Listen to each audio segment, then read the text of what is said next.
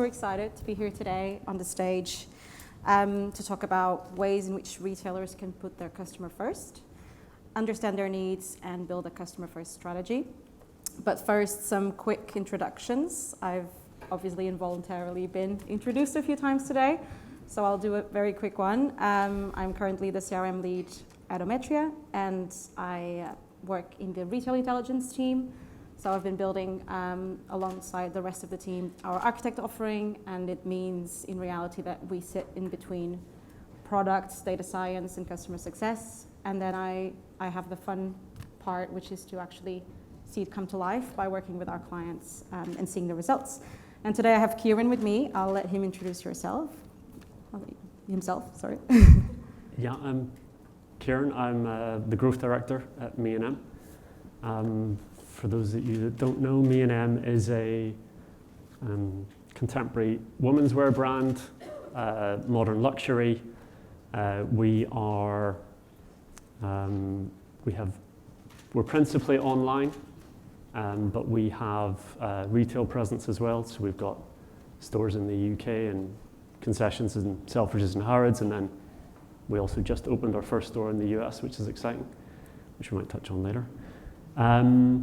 And we're, and as I've alluded to, we're also international. So we're domestic and international. So increasingly, a lot of our business and attention is towards international markets. And we have, and we've been on a good run. So I've been with the business for nearly 5 years now, and in that time we've sort of 10x'd the business. So it's been an exciting journey. Great. And thinking about our main topic for today, could you tell us a bit more about your role in the sense of, how does being a growth director and being customer first kind of comes to life in your day-to-day, and what do you strive towards? I suppose, first to just orientate, growth director, what does that even mean? What am I doing? So I essentially focus, I have direct control over 4 domains, I suppose.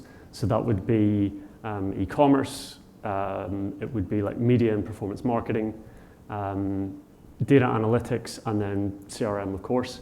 And so my main role is kind of orchestrating those 4 main domains, working with the rest of the management team as well to sort of influence beyond those 4 domains. And so maybe I have some indirect influence across those, but those are principally the instruments that I can use. And so with that, I'm thinking about growth. So this generally operates on 2 speeds. You've got kind of the more trading mode, which is optimization focused. It's responding to the signals that are coming in. And then there's a sort of slower speed, which is really around planning, taking insights from what's happening now and how does that influence things going forward. So that's important. And then that sort of longer term perspective, really at that point looks through the lens of the customer. So what are the customer's needs? How are they evolving? What are we seeing now and how does that influence what we should be doing forward? So it's kind of my job to take those insights, develop hypotheses, test them, and operationalize the winners, and then work with my core team to be focused on those drivers, essentially, and delivering those. Yeah, and I guess what learnings do you take from the now? Let's say you're having a really good period or a really bad period. What learnings? I mean, you say you have like 2 speeds. So if you think about the longer term, what do you take from today that you can actually push forward?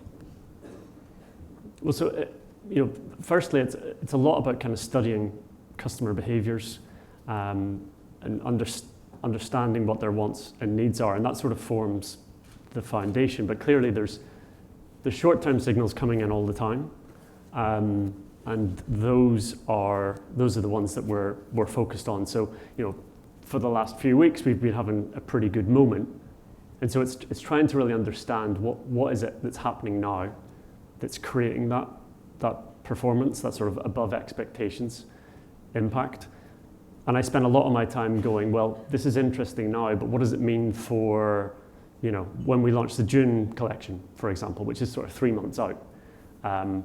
What is this telling us now? And really how we take those learnings, these last few weeks, it's sort of reinforced some hypotheses that we have. It gives reassurance around the product. When you start to feel that the reaction to the product is good, then you can begin to have confidence in the plan, and with confidence in the plan, you can start to, maybe lean into a few things a bit more aggressively as well, and try and deliver that sort of outperformance. Great. And on that note, what do you think are the fundamentals for a customer-first strategy, and what does it look like for ME+EM?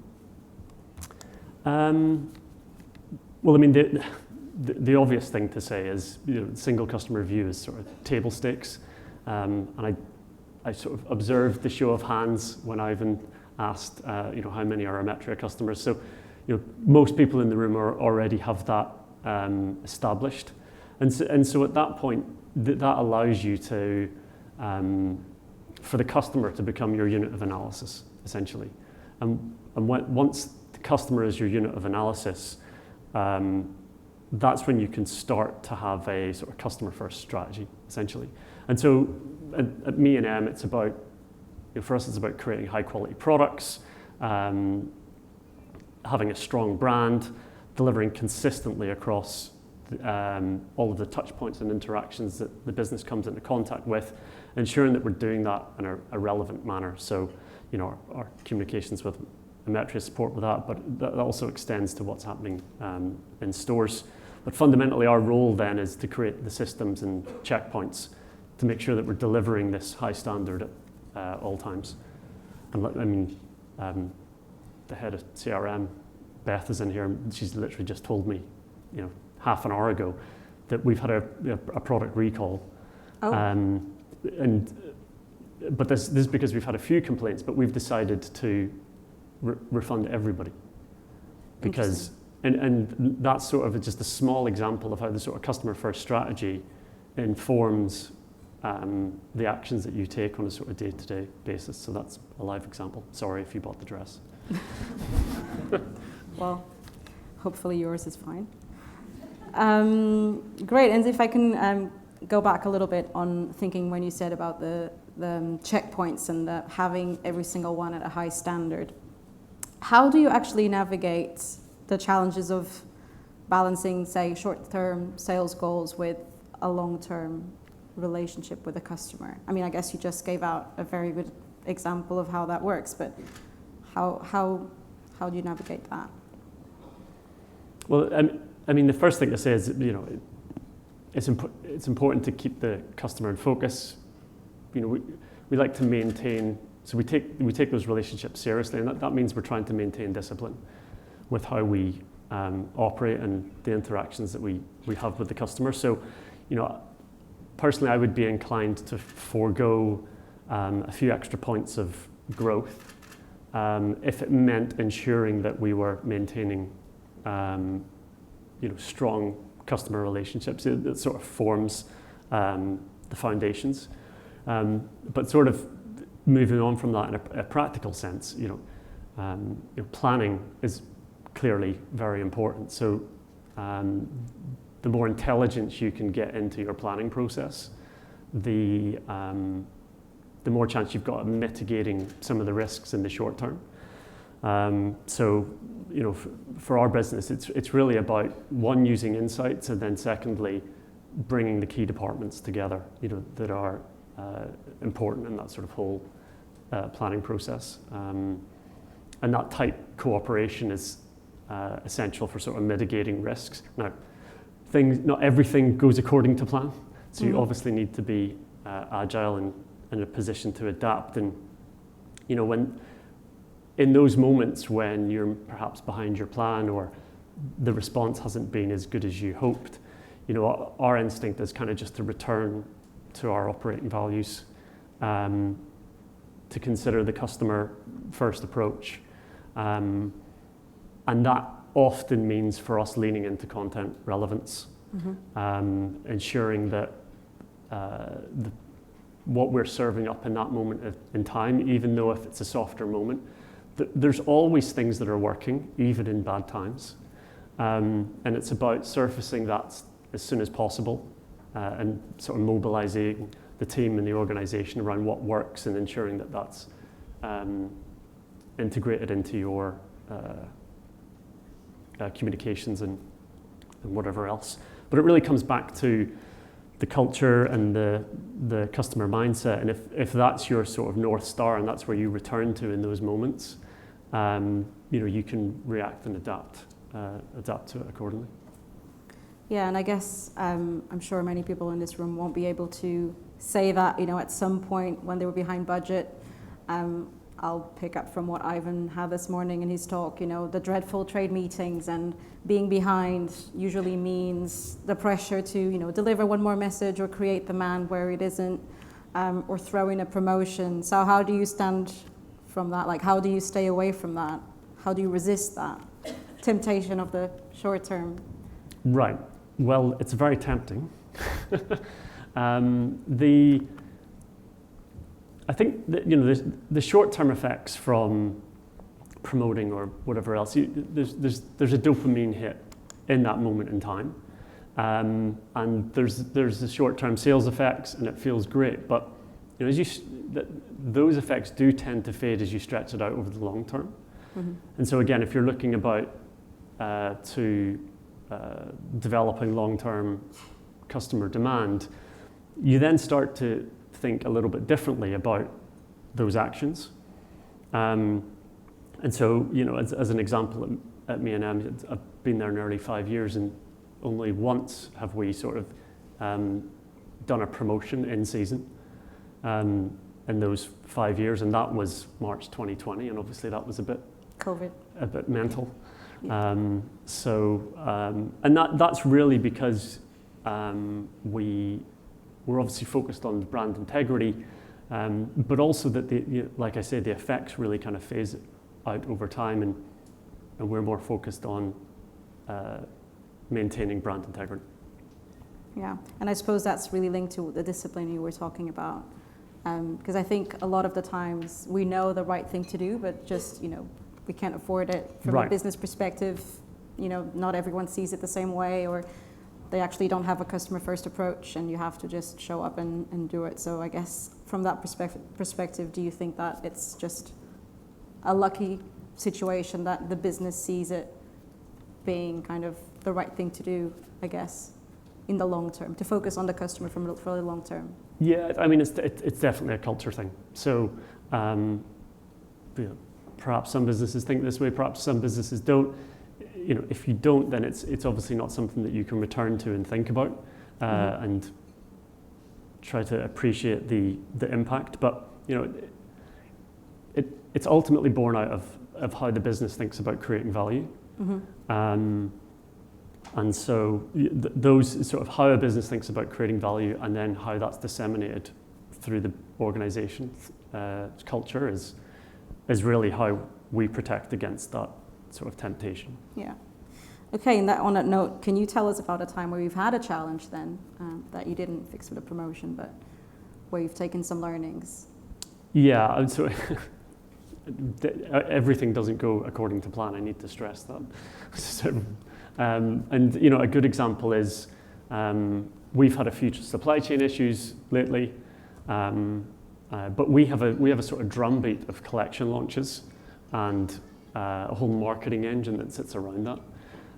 So we can't sort of pull the brakes on. It's all happening anyway. Mm-hmm. So what we do, we offer the customers the opportunity to kind of pre-purchase this product, even if it's not customers have across the board. And I think,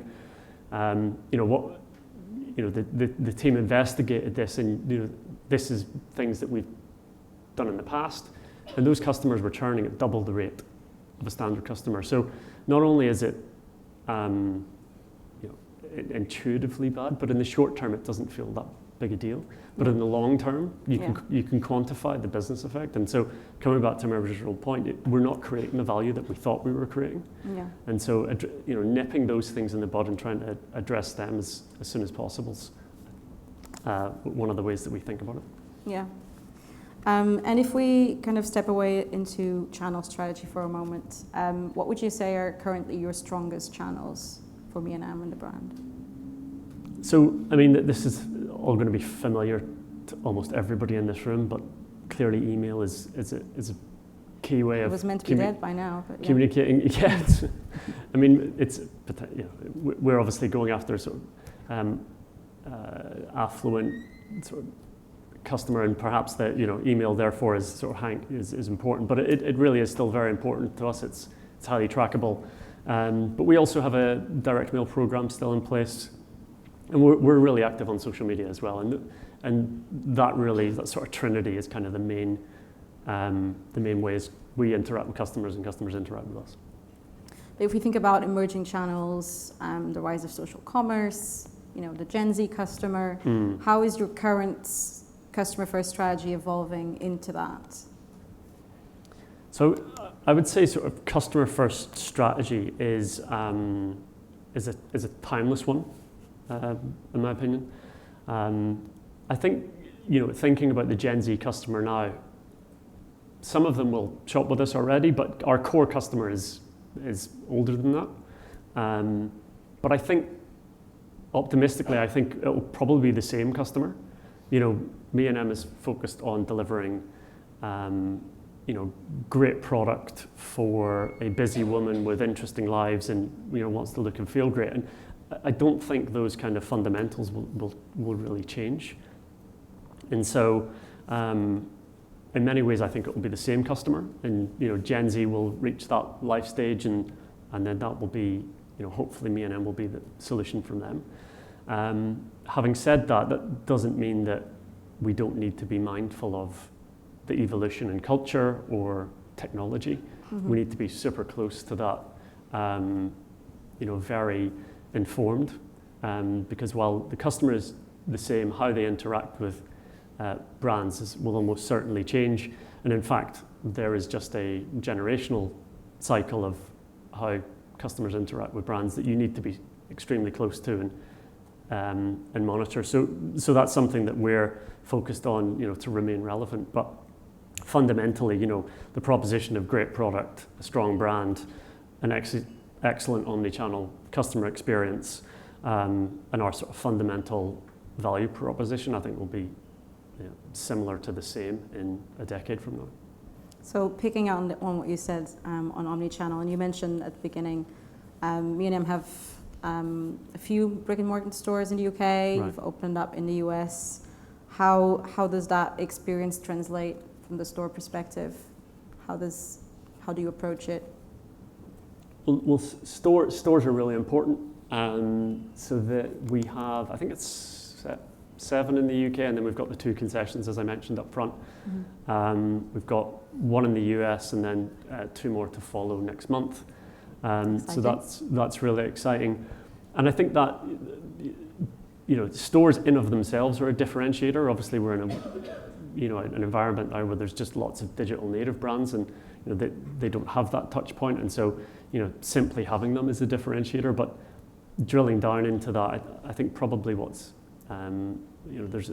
unique is there's a sort of sense of community in those stores, be it because we drop product regularly, so there's frequent reasons to return. We have really low staff turnover, so customer relationships are sort of forged with the retail staff. Mm-hmm. So I think all of those kind of help, and often when you walk past our stores, they're absolutely packed, and there's an energy there that I think is really brand enhancing. Why do you think that is, the packed stores? Well, they're a small footprint for starters. Yes. Easier to but they're busy. But I think it's still a bit of a mystery to me, if I'm honest. Yeah.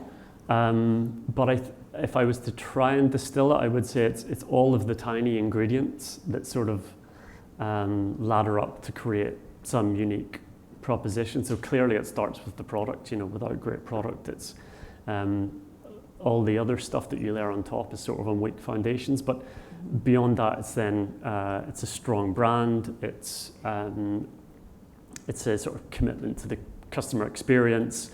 There's a whole marketing engine that sits around it now, which can really propel demand and interest and all those things. And then I think it's all sort of wrapped up in our kind of operating discipline that I've talked about already. Yeah. And coming back to that customer experience element, how do you offer true personalization to your customers without compromising the value proposition? Yeah, so I think first and foremost, the disciplined approach sort of cuts us apart. I think, so we don't compromise on product quality. We don't, we don't discount. We don't compromise on the experience, like I've just explained. If we recognise that there's been a problem, we own up to it. We address it as soon as we possibly can. So I think that sort of foundational thing is super important. But specifically about personalization, I don't think we're necessarily great at it, actually. Okay. But that's not to say that it's unimportant. Ivan was talking earlier about the AI developments, and clearly that trend is is here to stay. It's the mega trend, and it could have profound impacts for retail more generally. But of course, personalization will be a key benefit there. But I also don't think hyper-personalized experience would suit ME+EM. Can you unpack that? What do you mean by hyper-personalization? I think something like,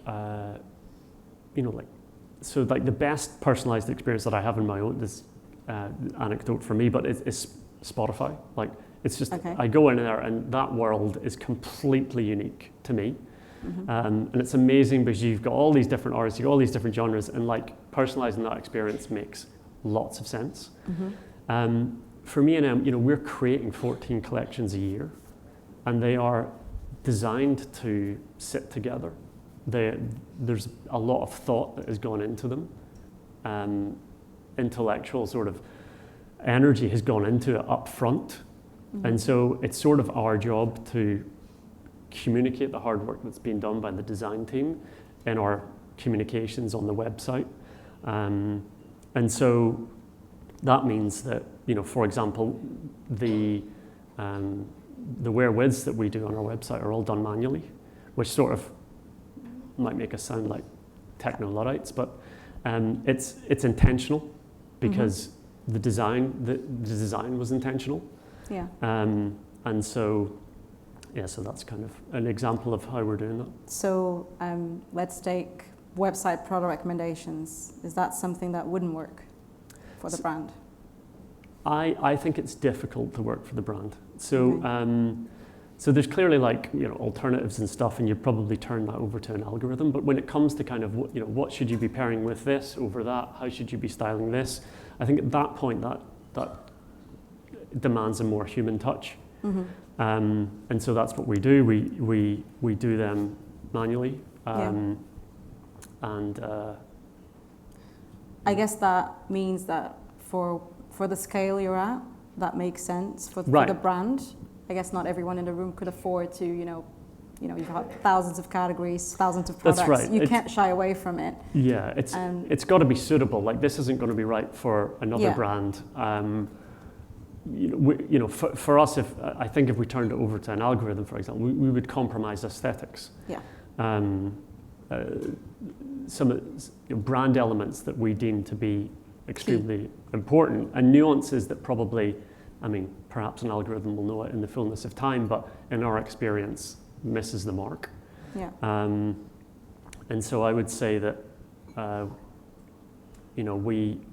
we will definitely continue to experiment in that domain, for sure. Yeah. But right now, we're sort of having, I guess it's a human intelligence and artificial intelligence together rather than all in on one. Yeah, and as we have been hearing throughout the day, the whole tech stack point, and what tech do you get and how do you combine things for the best possible experience at scale. It does feel like at the moment retailers try and get as much tech as possible into the tech stack, in the sense of it's going to help our lives, it's going to give the customer a better experience. But what are your thoughts in that respect from a what is the ideal solution for someone like ME+EM? Yeah, I mean, probably lots of people spend a lot of time thinking about technology solutions for their business. Yeah. And of course, it's super important to keep abreast of technological developments and, you don't have to beat the AI drum again, but one needs to be clearly on top of the developments there. Yeah. But I do think there's also an indirect cost to sort of tech fixation, whereby time spent trying to think about your technology provider, or and engaging in multiple suites of technology, or a beauty parade of vendors. All that time spent is taken away from fundamentally delivering on the customer proposition. I think the time spent away from that is actually quite costly. So, for us, we're having made mistakes in the past, I'm very focused on having quite a simple stack. And so, Imetri is obviously a key piece of that stack. It gives us the reliable data insights to provide relevant communications, and a key pillar of our sort of contact strategy. So beyond that, we could layer loads of other stuff in, and we could speak to other people, and they might tell us that they could do it twice as good. But at the end of the day, I think a lot of the value is derived from the business strategy. And yeah, absolutely. And I guess you've mentioned that 10x at the beginning, which is an exciting growth trajectory for a 5-year period. I guess, what does the next stage of growth look like? Or is there a next kind of exciting project you can share with us for ME+EM? Yeah, I mean, I touched on it a little bit at the beginning, but